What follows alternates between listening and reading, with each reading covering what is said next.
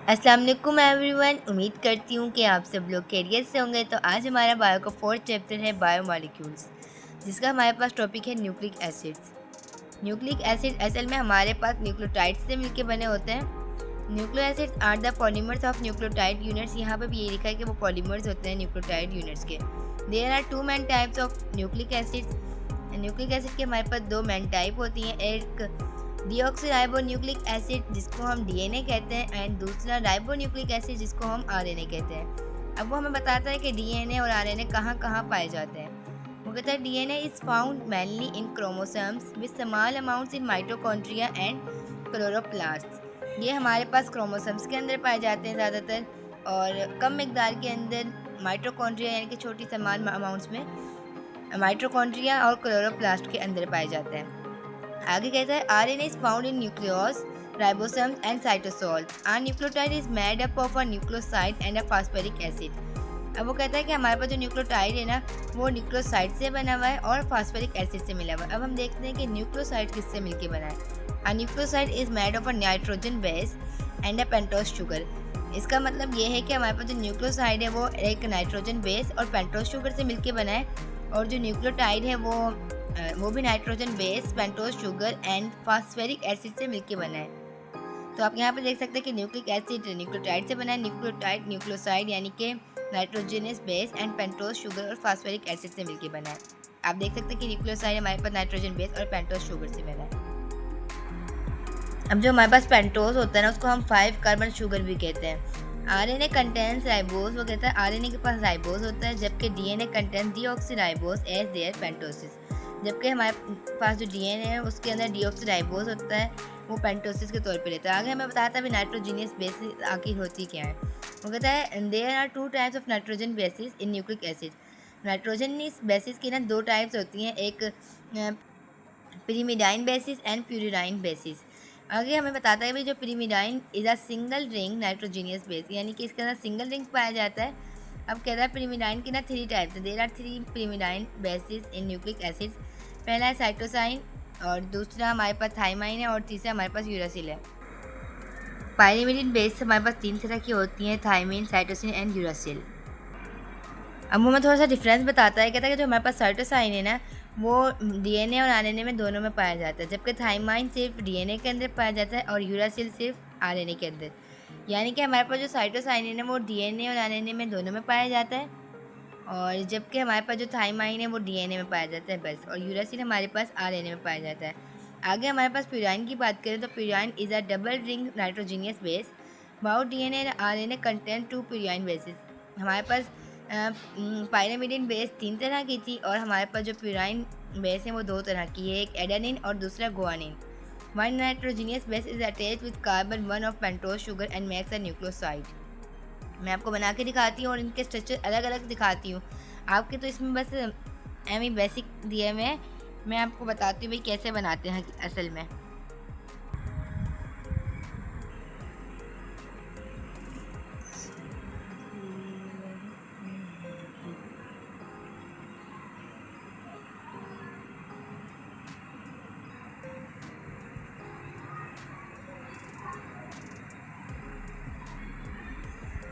देखें, आप लोगों को पता है कि जो कार्बन है वो 4 बॉन्ड बनाती है, यानी कि 1 2 3 और 4। और जो हमारे पास नाइट्रोजन है ना, मतलब ऑक्सीजन तो 2 ही बनाती है। अच्छा, नाइट्रोजन है वो 3 बनाती है। ये एक बॉन्ड इस वाले कार्बन के साथ, दूसरा बॉन्ड इस वाले कार्बन के साथ। अब इसका कितना बॉन्ड रहेगा? 1। तो यहाँ पर हम इसके साथ एच अटैच कर देंगे। अब देखें कार्बन यहाँ पर कितने बॉन्ड बना रही है? 1 और 2, सिर्फ 2।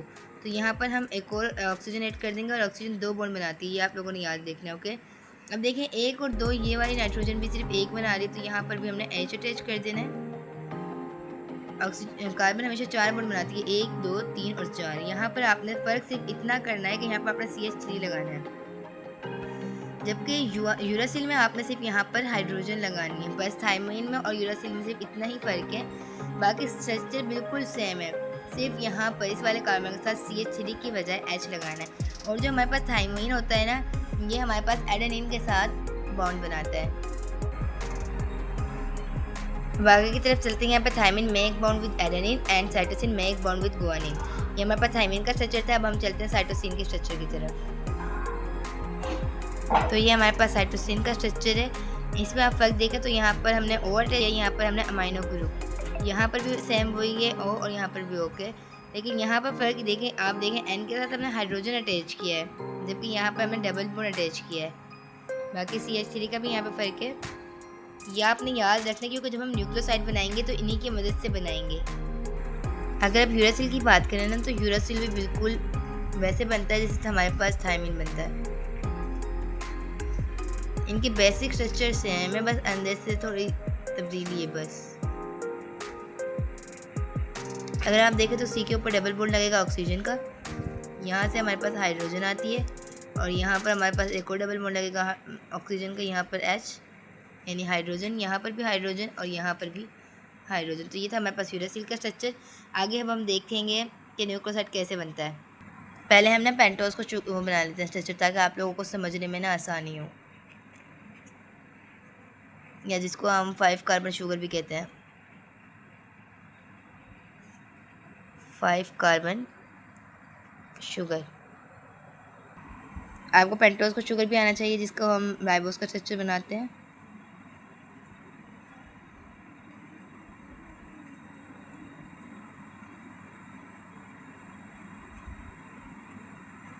देखिए हमारे पास पहली, दूसरी, तीसरी, चौथी, यानी कि इसके साथ 5 कार्बन अटैच होते हैं। तो आप इसको नाम दे दें ताकि आसानी हो।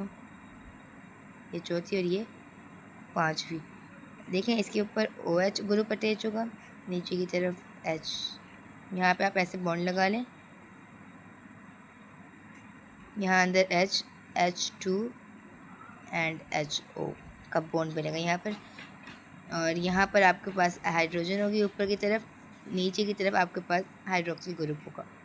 तो ये थी हमारे पास 5 कार्बन शुगर, या जिसको हम पेंटोज का नाम देते हैं। अब हम इन दोनों से हम यहाँ पे नाइट्रोजनस बेस और पेंटोज से यानी कि 5 कार्बन शुगर से देखते हैं कि हमारे पास न्यूक्लियोसाइड कैसे बनती है। यानी कि न्यूक्लियोसाइड हमारे पास वो होता है जो एक नाइट्रोजन बेस और पेंटोज शुगर से मिलकर वो बना हो। अब नाइट्रोजन बेस मैंने आपको बताया भी 5 तरह की होती है। तो अब आप ये देखें कि हम ना यहाँ पर अलग अलग स्ट्रक्चर बनाएंगे न्यूक्लियोसाइड के, यानी कि साइटोसाइन के साथ अलग, यूरासिल के साथ अलग एंड थायमीन के साथ अलग। आप लोगों को समझाने के लिए यहाँ पे मैं लिख लेती हूँ थायमीन प्लस पेंटोज। अब हम इन दोनों का स्ट्रक्चर बनाएंगे और आपको बताएंगे कि न्यूक्लियोसाइड कैसे बनता है यहाँ पर। तो आप लोग देख सकते हैं कि मैंने ये थायमीन का स्ट्रक्चर बनाया है। अब हम पेंटोज बनाएंगे, तो इनको हम नाम दे लेते हैं। ये मैंने थायमीन का स्ट्रक्चर बनाया था और ये मेरे पास पेंटोज का शुगर है। अब इनके दरमियान जो हमारे पास न्यूक्लियोसाइड बनेगा ना, न्यूक्लियोसाइड वो डिहाइड्रेशन के ज़रिए बनाएगा, यानी कि हम कार्बन 1 का हाइड्रोक्सिल ग्रुप और यहाँ से हम हाइड्रोजन लेंगे, तो ये हमारे पास क्या रिमूव हो जाएगा, -H2O। इसके साथ मैंने माइनस इसलिए लगाया क्योंकि यहाँ पे डिहाइड्रेशन हो रही है, यानी कि रिमूवल ऑफ वाटर हो रहा है। तो ये हमारे पास न्यूक्लियोसाइड बन जाएगा। अब एक पेंटोज थायमीन। अब बस दूसरे न्यूक्लियोसाइड बनाने के लिए आपको थायमीन की जगह साइटोसाइन ले आना है, बाकी सेम यही होना है। साइटोसिन की जगह आप यूरासिल ले आएंगे जब भी ये बनेगा। तो आपको मैंने बता दिया न्यूक्लियोसाइड कैसे बनता है। अब न्यूक्लियोटाइड की तरफ चलते हैं, न्यूक्लिक एसिड की तरफ। यानी अब आप लोग एडेनिन का स्ट्रक्चर देखते हैं, मैं आपको बना के दिखाती हूँ। इन सब का बेसिक स्ट्रक्चर तो सेम ही है। आप यहाँ पे देखें तो ये देखें सी बॉन्ड लगाएंगे तो यहाँ पे सी लिखेंगे, यहाँ पे N, यहाँ पे C, यहाँ पे डबल बॉन्ड लगाएंगे आप इस वाले सी के साथ। देखिए यहाँ तक तो ये सेम। यहाँ पे आपने छोटा सा एक और बनाना है, यहाँ पे C और यहाँ पर आपने N लगा देना है। ओके, अगर आप देखें तो यहाँ पे मैंने NH2 लगाया है, यहाँ पे डबल बॉन्ड लगाया है मैंने N के साथ। देखें 1 2 3 पूरे, और इस वाले सी के साथ कार्बन लगाया है ताकि इस वाले सी में हमें N में कुछ लगाने की जरूरत है पर डबल बॉन्ड। तो यहाँ पर अगर आप देखें तो ये 1 2, तो आप यहाँ पर डबल बॉन्ड लगाएं, यहाँ पर H और इस वाले के साथ भी H। तो ये हमारे पास एडेनिन का स्ट्रक्चर कंप्लीट हो चुका है। आगे अब हम गुआनिन का बनाएंगे।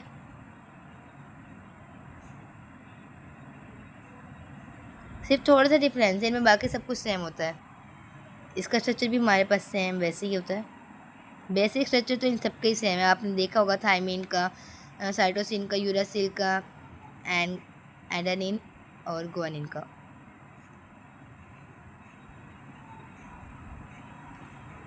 तो ये हमारे पास गुआनिन है, इसके ऊपर डबल बॉन्ड O आएगा। जब डबल बॉन्ड यहाँ पर आ जाएगा तो यानी कि यहाँ पर H आना है। ओके, तो यहाँ पर हमारे पास NH2 अटैच होगा और यहाँ पर डबल बॉन्ड। ओके, आगे हमारे पास यहाँ पर H, यहाँ पर डबल बॉन्ड और यहाँ पर H। तो आप देखें तो हमारे पास H हाइड्रोजन 3 दफ़ा ही आ रहा है, ऊपर भी 3 दफ़ा ही आ रहे थे। तो ये था हमारे पास एडेनिन एंड गुआनिन का स्ट्रक्चर। पहले हम बुक्स से फास्फोरिक एसिड पढ़ते हैं। वो कहता है हमारे पास जो फास्फोरिक एसिड है, are nucleoside develops ester linkage with the phosphoric acid and becomes nucleotide. हमारे पास न्यूक्लियोसाइड किससे मिलकर बना होता है? मैं आपको बार बार बता रही हूँ कि हमारे पास nucleoside nitrogenous base and pentose sugar से मिलकर बना होता है। वो कहता है कि जब हम नाइट्रोजनियस बेस और पेंटोज के साथ फास्फोरिक एसिड अटैच कर देंगे तो वो क्या बनेगा? न्यूक्लियोटाइड बनेगा। In this Easter linkage phosphoric acid is linked with 5 carbon 5 of pentose sugar. The backbone of the structure of nucleic acid is made of sugar and phosphates. वो कहता है फास्फोरिक एसिड किसके साथ अटैच होती है? 5 carbon pentose sugar के साथ attach होती है, जो बैकबोन बनाती है न्यूक्लिक एसिड की, जो किससे मिलकर बनी होती है? शुगर और फास्फेट से। आपकी बुक में ना ऐसे दिया हुआ है, लेकिन मैंने आपको अलग रजिस्टर पे समझाया है, तो समझ में आ गया होगा आप लोगों को वैसे। तो अब हम अपने मेन पॉइंट की तरफ चलते हैं कि हमारा न्यूक्लियोटाइड कैसे बनता है। मैं आपको बना के दिखाती हूँ। ओके, अब फास्फोरिक एसिड को ना हम ऐसे भी लिखते हैं H3 and PO4। इसका स्ट्रक्चर बना के दिखाते हैं। तो P, अब यहाँ पे ना O के साथ वो डबल बॉन्ड बनाएगा, क्योंकि यहाँ पर तो हमारे पास OH आ जाएगा। तो इसके ज़रिए हम अपना न्यूक्लियोटाइड कंप्लीट करेंगे। न्यूक्लियोटाइड जो हमारे पास एक पेंटोस, एक फॉस्फेट। अब आप कहेंगे यहाँ तो फास्फोरिक एसिड है, फास्फेट नहीं है। तो सिंपल सी बात ये कि आप यहाँ पे इसका पी का दोबारा स्ट्रक्चर देख लें। बस यहाँ से हाइड्रोजन रिमूव कर देंगे तो आपके पास ये फास्फेट बन जाएगा। हमारे पास इसका फार्मूला होता है फास्फेट का, ये हमारे पास फास्फेट है, और इसको अक्सर हम ये भी कह रहे होते हैं PO-3 और नीचे 4। ओके, ये हमारे पास फास्फेट है, ये हमारे पास फास्फोरिक एसिड था। ऐसे फास्फेट से और and nitrogenous base, nitrogenous base से मिलके हमारे पास न्यूक्लियोटाइड बनता है। अब देखिए मैंने ना आपको पेंटोस का अलग स्ट्रक्चर सिखाया, फास्फेट का अलग सिखाया एंड नाइट्रोजनियस का बेस अलग सिखाया। अब अलग अलग तो सिखा दिए, अब न्यूक्लियोटाइड बनाने के लिए हमें उन्हें इकट्ठा करना है, यानी कि एक साथ ले आएंगे उन्हें। अब इससे पहले हम फास्फेट को जोड़ेंगे। देखिए फास्फेट का मैंने आपको बताया कि P डबल बॉन्ड बनाएगा O के साथ, एंड यहाँ पर हमारे पास OH एंड OH। उसके बाद हम यहाँ पे जोड़ेंगे 5 कार्बन शुगर, जिसको हम पेंटोस भी कहते हैं। ये देखिए ये मैंने एक मतलब इसके साइडों पे भी ग्रुप नहीं लगाया इसके, आप ऐसे ही समझ लें क्योंकि मैंने आपको अलग समझा दिया है। तो ये हमारे पास पेंटोस है और ये हमारे पास फास्फेट, इनके दरमियान जो हमारे पास बाउंड बनेगा ना वो OH यहाँ से लेंगे हम, नहीं सॉरी, यहाँ से सिर्फ हम हाइड्रोजन लेंगे और यहाँ से हम OH लेंगे। यहाँ से सिर्फ हम फास्फोरिक एसिड से सिर्फ हाइड्रोजन लेंगे और यहाँ से हम OH लेंगे, यानी कि हमारे पास किसकी रिमूवल हो जाएगी? वाटर की। हम माइनस इसलिए लगाते हैं कि ये जाहिर करता है कि यहाँ पर किसी चीज़ की कमी हो रही है, यानी कि रिमूवल हो रही है। अब हमने एक फास्फेट ग्रुप भी लगा दिया है और पेंटोस शुगर भी लगा दी, हमें एक नाइट्रोजनियस बेस लगानी है। तो हमारे पास 2 स्ट्रक्चर तो बड़े हैं, जैसे एडेनिन और गुआनिन, बाकी 3 स्ट्रक्चर छोटे हैं, थायमिन, यूरासिल एंड साइटोसिन। तो मैं यहाँ पे आपको यूरासिल का बना के दिखाती हूँ, सही है। बाकी आपने यूरासिल और थायमिन का खुद ही बना लेना है। आपको समझ तो आ गई होगी, बस स्ट्रक्चर का ही फ़र्क है, आपने स्ट्रक्चर खुद ही जोड़ना है, वो आपको मैं बता देती हूँ। ये हमारे पास फास्फेट ग्रुप, ये हमारे पास पेंटोस, और ये मैंने साइटोसिन का स्ट्रक्चर बनाया है। जिस तरह यहाँ पे हमने वाटर को रिमूव करके इन दोनों के दरमियान बॉन्ड बनाया था, वैसे इसी तरह हम यहाँ से OH लेंगे कार्बन नंबर 1 से, और इस वाले नाइट्रोजन के साथ से हम हाइड्रोजन लेंगे। तो ये हमारे पास किसकी रिमूवल हो जाएगी? ये हमारे पास वाटर की रिमूवल हो जाएगी। तो ये हमारे पास न्यूक्लियोटाइड बन गया है, न्यूक्लियोटाइड, जिसमें हमने एक फास्फोरिक एसिड और पेंटोस शुगर और साइटोसिन के साथ बॉन्ड बनाकर न्यूक्लियोटाइड बनाया। अब मैं आपको एक गुआनिन के साथ बना के दिखाऊंगी, बाकी आप लोगों ने खुद बनाने हैं। ओके,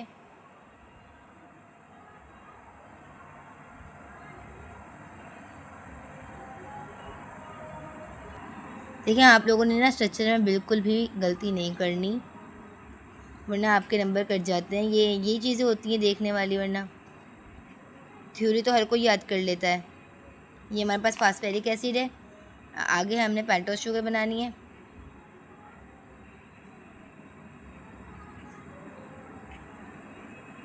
हम नाम ब्लैक से दे देते हैं। ये हमारे पास कार्बन नंबर 1, ये कार्बन नंबर 2, 3, 4 एंड 5। तो यहाँ पे इनके ज़रिए जो बॉन्ड बनेगा, आप देखें मैंने इनके स्ट्रक्चर लगा दी क्योंकि इंपॉर्टेंट होता है, क्योंकि कार्बन 1 का जो हाइड्रोक्सिल ग्रुप है वो नाइट्रोजन बेस के हाइड्रोजन के ग्रुप बनाता है, और यहाँ पर जो कार्बन 5 का हाइड्रोक्सिल ग्रुप है वो फॉस्फोरिक एसिड के हाइड्रोजन के साथ बनाता है। यानी कि हम यहाँ से हाइड्रोक्सिल ग्रुप, यहाँ से हाइड्रोजन लेंगे और यहाँ से हाइड्रोक्सिल ग्रुप, तो किसकी रिमूवल हो जाएगी? वाटर की। और ये वाला जो ऑक्सीजन ये किसके साथ बॉन्ड बना लेगा? ये इस वाले कार्बन के साथ बॉन्ड बना लेगा।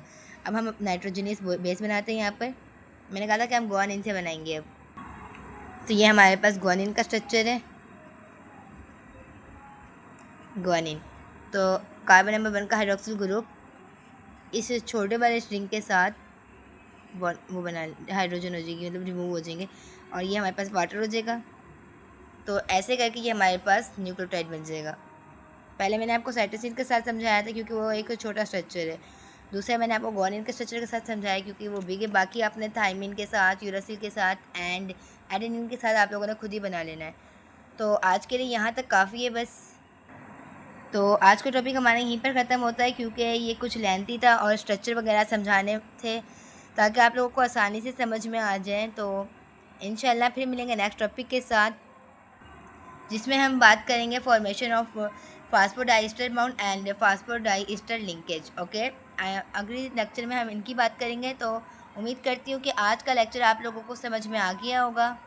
अगर फिर भी कुछ बाकी रह जाए तो आप कमेंट्स करके पूछ सकते हैं। ओके, अल्लाह हाफिज़।